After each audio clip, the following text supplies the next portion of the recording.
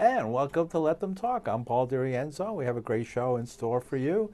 And welcoming back Aaron Leonard, who's the author of A Threat of the First Magnitude. Welcome back Oh, thank you. to the program. Yeah, glad to be here. Yes, great to have you on. And when we talk about things like FBI counterintelligence, wait, isn't that is that a military intelligence? It is. There's a textbook definition. You're trying to undermine a subversive element proactively.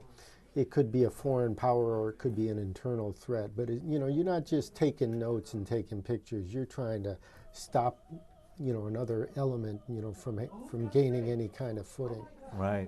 And so you wrote this book. I want to throw it up here. It's called A Threat of the First Magnitude, because we're specifically talking about the attacks that were, I guess they call them attacks. It seems also military in a way, because it's like all about destroying a group of people that want to make social change. So if you look at people who want to make social change as a domestic threat and use counterintelligence measures against them, isn't it a form of warfare in a way? Yeah, I mean, it could get dangerous. Yeah, People like get kind hurt. of a low-grade counterinsurgency.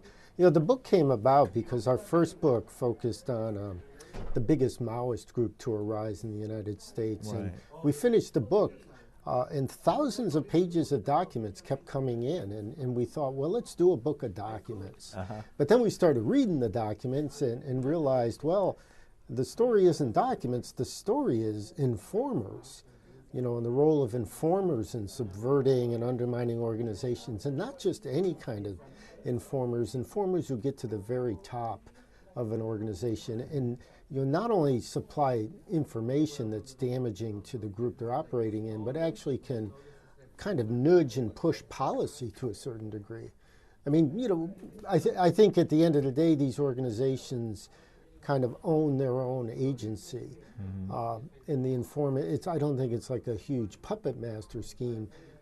Saying that, if you have somebody in your central committee or your leading body who's an informant, that can do significant damage. It's not inconsequential whatsoever. So getting an informant, which is interesting, it's not really, it seems to me from reading your book and from reading about what's happened in the intelligence, what happens in counterintelligence between countries, is that you can't ever tell really in advance when you're going to get a good informant. So you have to sort of take it as it comes. It's not really this Orwellian thing where we're just going to put people wherever we feel like and just play them. It's more like somebody has to come to us for some reason. Yeah, there is an element of accident and just dumb luck. The guy we profile here, the second person is this guy, Morris Childs, who infiltrated the Communist Party USA. He had been the daily worker editor of the main newspaper for the party. He had been on their national committee, which was their ruling body, and he kind of fell out of favor. He became ill with heart trouble. His personal life was falling apart. And the FBI kind of swept in 1952, went into his, he's laying sick in bed, literally, and they started having this guy, Carl Freeman, this intellectual, trained as a lawyer FBI agent, started having these heart-to-heart intellectual theoretical talks about how Stalin wasn't what he appeared to be and how communism was hypocritical, and essentially it flipped him. And this guy went on to be an informant from 1952 into the late 70s. He became Gus Hall, who headed the party in the 60s, right-hand man, his ambassador, his Secretary of State. Morris Childs met with Mao Zedong. He met with Zhou Enlai. There's a picture of him sitting meeting with Leonid Brezhnev. He was also Gus Hall's bag man. But he had the keys to the kingdom because he's at the very top of the group. Couple of things. Bagman meant he brought money from those communist leaders to the United States. Exactly. This was the Soviet gold we were always hearing about. Yeah, and it's essentially it's demonstrably true. I mean, I don't think it's the only way that the Communist Party functioned, but it does seem like they were subsidized because the Soviets. It's the Cold War is going on, and the Communist Party is an organization which is an agent that they can use to propagate their interest and get some intelligence, from their standpoint. Right, that's interesting. So with the Communist Party USA, then it almost seems less of a labor organization or a revolutionary or a Leninist type of organization and more like an ethnic Slavic organization. Geez, I don't know what it is. I mean, they were pretty lost in the 60s, which probably is for the better because, I mean, the 60s, as wild and woolly as they were, a lot of good things came out of them. And it's probably in part a result of the disorganized and the less influence in the Communist Party, which is not to say they weren't there and they didn't do some significant things. So what, in this day and age, taking this idea, because a lot of this seems to cross over when you said he met with Mao and he met with all these leaders of these different countries, and you're crossing over. This isn't just counterintelligence against, like COINTELPRO against the Black Panthers or a group. It's crossing over into counterintelligence. Yeah, into spying and heavy duty stuff where you can get like life in prison and things like that. Well, there's that, but then the other thing is I think we wanted to try to give our readers, Connor Gallagher wrote this with, I think we wanted to give our readers a deeper understanding of what counterintelligence is and what it is that the political police, the secret police, which in this country the FBI plays that role, more so than any of the. It's a federal law enforcement agency. It deals in crime, but it also deals in politics. I mean, these days it's anti-terrorism, right? But in the 70s it was internal security. We wanted to give people a deeper appreciation that it's not just the kind of sensational stuff in COINTELPRO. COINTELPRO. They sent a letter to Martin Luther King essentially trying to convince him to kill himself. Yeah. I mean, that's the kind of quintessential COINTELPRO. They were getting like personal sexual information to use to blackmail people to drive them crazy. Yeah. And there were some suicides. Janet Sebring or Jean Seberg. Yeah, and she quit. She killed herself some years after the FBI had circulated rumors that she was pregnant by a leader of the Black Panther Party. I believe it was Masai Hewitt. Something very disruptive to a career in those days. Yeah, but I mean, stepping back now, like who the F cares, Right, I mean, but back then it was a big deal. Yeah, it was scandalizing, and she was a Hollywood actress. Yeah. But so we try to get into it was a discovery because the counterintelligence is a methodology of not just having a network of snitches, but an actual objective of trying to get people in the very top. And we start the book talking about this guy, Roman Malinowski, who was in Lenin's group back in the early 20th century. Malinowski's a working class guy who is, interested in the labor struggle. He's also kind of a low-level criminal, and he seems to like the good life. He gets busted, and the Tsarist police give him a choice. You can snitch for us on Lenin and his people, or you can go to prison. And it wasn't a tough choice for Malinowski.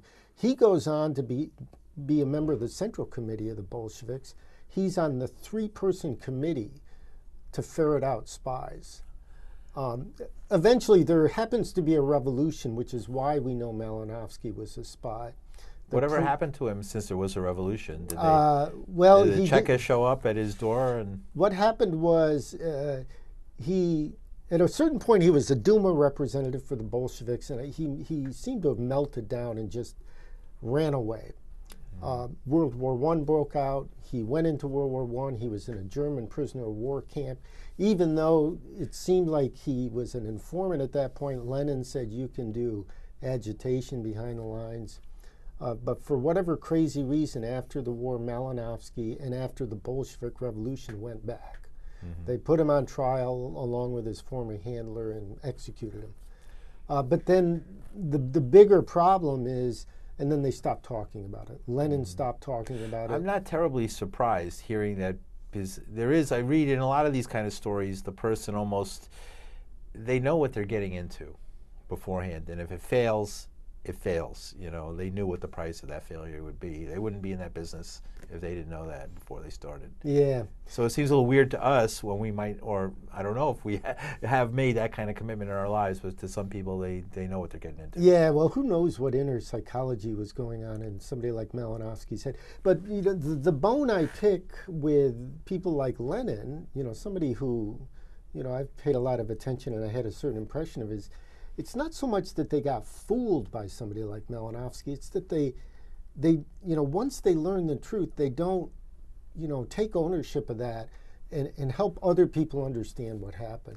So as a result, this Malinowski story just, Lenin wrote in a famous work, Left-Wing Communism and Infantile Disorder. He wrote a paragraph on Malinowski where he basically says, look, on the one hand, Malinowski sent people to prison, even death. On the other hand, thousands were transformed into Bolsheviks because of what he wrote. Now, Stalin is one of the guys that Malinowski sent to prison, and it seems to me Stalin would remember Malinowski, that it's not just an academic thing of on the one hand, on the other. It's like, this is a big deal, and lessons need to be drawn, because otherwise you're going to end up with a Morris Childs and think, that's just the way things go. You ever see Life of Brian? I have seen Life of Brian. When they're all hanging on the cross singing, look on the brighter side. Yeah. Right, that people they don't want to know they're fooled. That's an embarrassment. You're Lenin, you're like a smart guy, and you got fooled by a loser. Yeah, because Lenin famously in What Is to Be Done says, anybody who doesn't know how to combat the political police can't call themselves a revolutionary. They're a wretched amateur. Well, if you're a wretched amateur, I'm going to have a lot more respect for you if you look in the mirror and say, I'm a wretched amateur. Right. But learn, that's how we get ahead in the world, right? I thought Marxism was about the dialectical method. You have to, you recognize that mistakes are going to be made and then you learn from them. But in reality, the human element intervenes. I mean, it's cringy stuff to look at, but I think what we're doing in the book is we're saying, let's look at some cringy stuff. So, because, look, there's a lot of, for me, young people out there today who are trying to affect some kind of fundamental change, and I don't want to see them victimized by the same tried and true methods. I mean, I'm not a counselor for the movement or anything like that, but just on a personal level, it's like people have been through some bad things, and those lessons ought to be there for people now. Let's talk about now, because you just recently wrote an article for Truth Out, I think? Yeah, truthout.org. Yeah, for truthout.org. And in that, you addressed this whole idea of the FBI looking into Brett Kavanaugh. And we know they did a less than stellar job of looking into him. Yeah, and they were maneuvered into doing a less than stellar job. I mean, people like Charles Grassley and Mitch McConnell didn't want anything. And I do make a point in that article that it was the basis, the heroism basically of the women who just went into D.C. and said, we're going to tell our stories. We're not letting this just go according to script. I think they're the real pivotal figures there. But saying that, I was looking at the Kavanaugh stuff, and I realized that, the kind of scrutiny he was getting by the FBI was nowhere near what I had seen, from reading FBI. I have Aaron Copland's FBI file. Aaron Copland, the famous composer. And they have like 20 pages of background stuff on Aaron Copland. They had the informer, Richard Aoki, long story, but for this, Richard Aoki was an informant for the FBI for almost 20 years. Before they let him be an informant, they checked everything about this guy.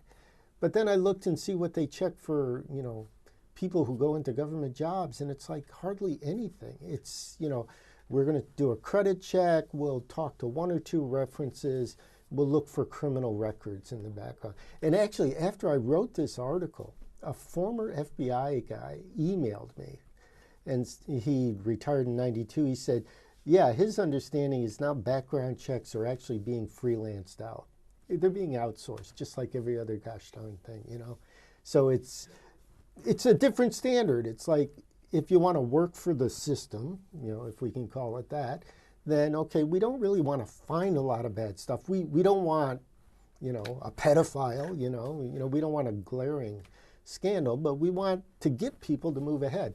If you're working against the system, forget about it. I mean, I talked about Aaron Copland, but right now there's this huge open-ended investigation about the anti-fascists, which is a big umbrella. I mean, it's not like you can point to any one thing, but it's huge, open-ended, and it will just go on and on. It's not like four interviews in the case of Brett Kavanaugh, which is Here's a Supreme Court justice who can make laws that affect millions of people for, decades, and it's just, quick. There's contention at the top, so, I can't say that the FBI would never look deeper, and I think if they're impelled to, they might, but, just on the face of it, there's a double standard. And that's what that article talked about. People can read it online. It's, Well, Richard Nixon hired the plumbers, and each one of them had a very shady past. I mean, they were drug traffickers, they were criminals, they were hitmen, they were mobsters,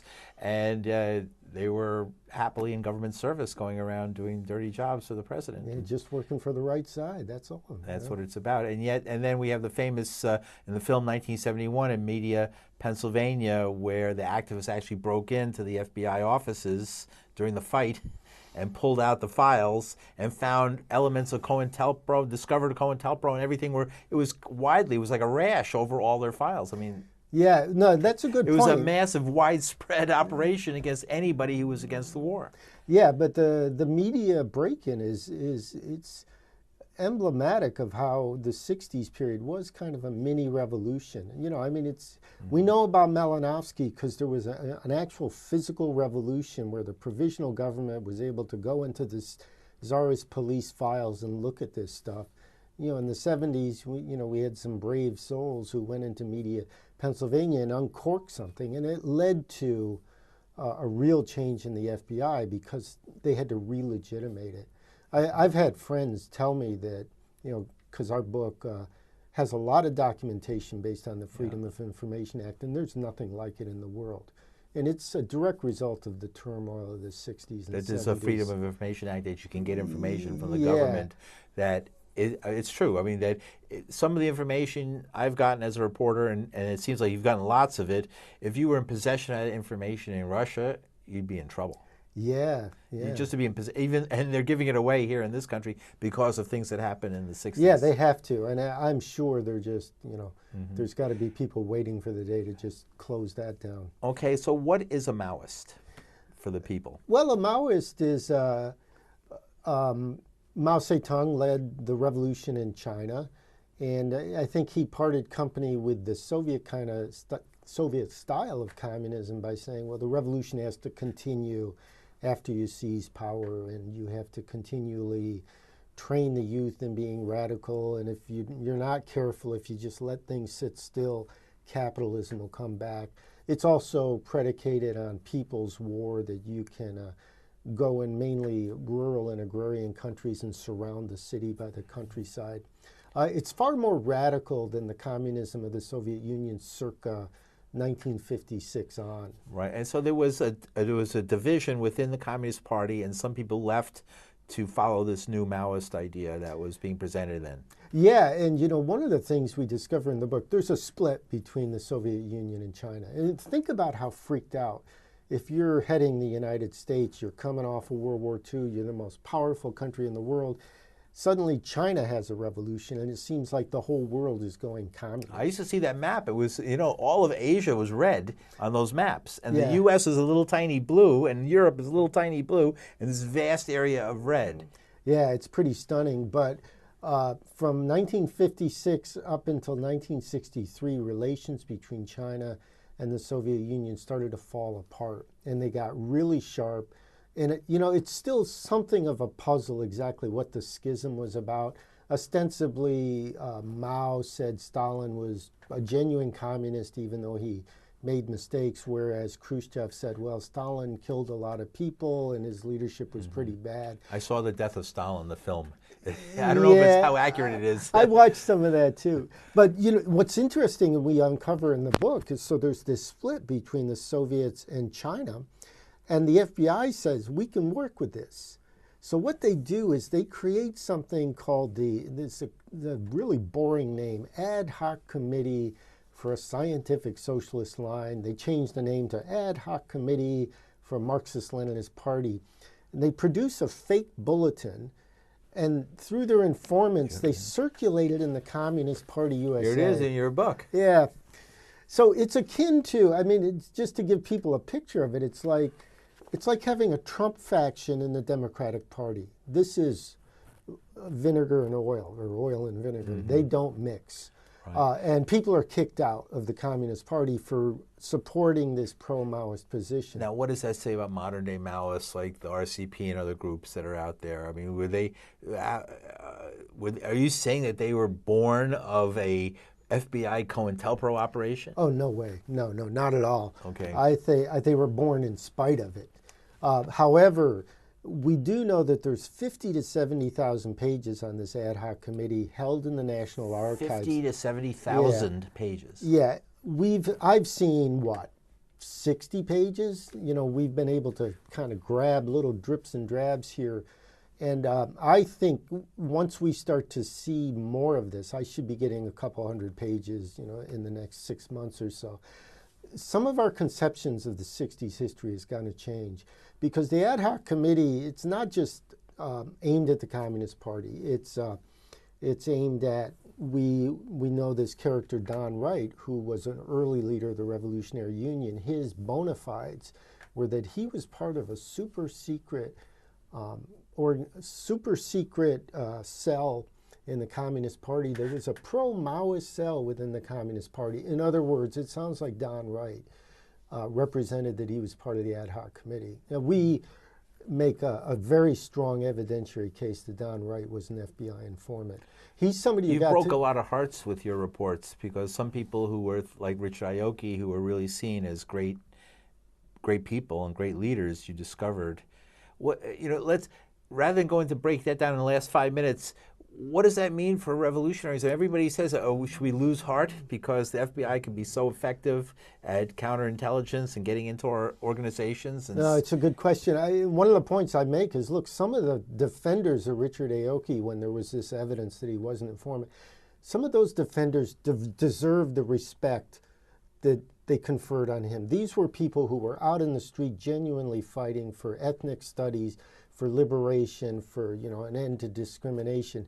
You know, Richard wasn't it. Now, that's too bad. You know, I mean, in principle, there's nothing wrong with wanting to extol our ancestors who've played a good role. But if they're not good, it's not helpful to hold on to them. But what is, for a lot of young people today, that they might want to take the lesson that this seems like dangerous business. All of a sudden, these people aren't so much fun to be around anymore. This could make people not want to get involved in this kind of stuff. Well, you know, it's tricky terrain, and you're going to encounter this anywhere in life. But I think what we're saying is this is how things actually work.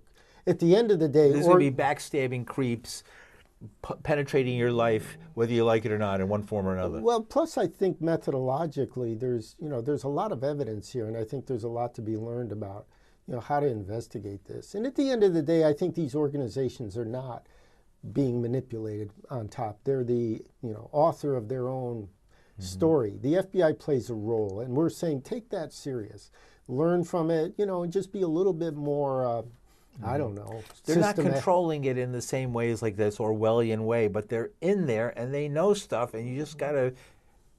Yeah. How can we, without, you know, getting busted for conspiracy, look into our own organizations, whether it be Occupy Wall Street, not quite as or centrally organized as some of these other groups, and deal with this? Should we ignore it and make believe it doesn't happen, or is there a way of dealing with this? You know, I can't answer that, but I will say that people ought to have firm principles and never deviate from their principles. It's all about the principles. Yeah, you know, you want a better world, you need to act like you want a better world. Was there a deviation in Richard Aoki's principles besides the fact that they were FBI informants that people noticed? Well, that's a bigger question than I can answer in a short time. I will say that we looked at what Aoki actually said about himself and compared it to you know, the actual record, and we found contradiction after contradiction, and that's beyond what's in the FBI. There's a lot files. of ego in his part. He just loved being on top. He loved, yeah, they love the FBI. A lot of I hear, but they love it. Even spies, they just love it. They become counter agents because they love the attention. Well, plus he lied. He lied about things, and these were provable without ever seeing an FBI. And they get money documents. sometimes too. You know, it's a payoff. I mean, it's like you're lying. Why are you lying? That's a good question to ask. People, you know, if you're lying. And you're still looking. You have hundreds of pages coming. There's 70,000 out there at least that you know about, and there's a lot more to be done. So I'm going to have to get somebody to write this all when I'm gone. A threat of the first magnitude, and tell us how people can get this book. Who publishes it? It's published by... Repeater Books, this great press out of the UK, and they're distributing it here in the United States. You know, look at their whole catalog. They've got some very exciting things. All right, great. And in the last half a minute, what should young activists out there and occupying these different groups? I was just at an anti-Kissinger rally where people were saying, how many kids did you kill today? And there was old guys there from the 60s, who were in the army in the 60s, laughing there. It says, this has been going on for half a century now. The guy just refuses to die. What do we do? There's movements that are going to come. Well, we need to just keep learning and keep going. Keep learning, that's the thing, and learn from our mistakes and not ignore them, like even Don't our heroes might have done. Don't be afraid. It's all good if you're, on what's real. Great. And so you'll have another book coming? I'm working on the folk singers in the FBI, Pete Seeger, Woody Guthrie, all those cool people. It's fun stuff. Great, Aaron Leonard, thanks.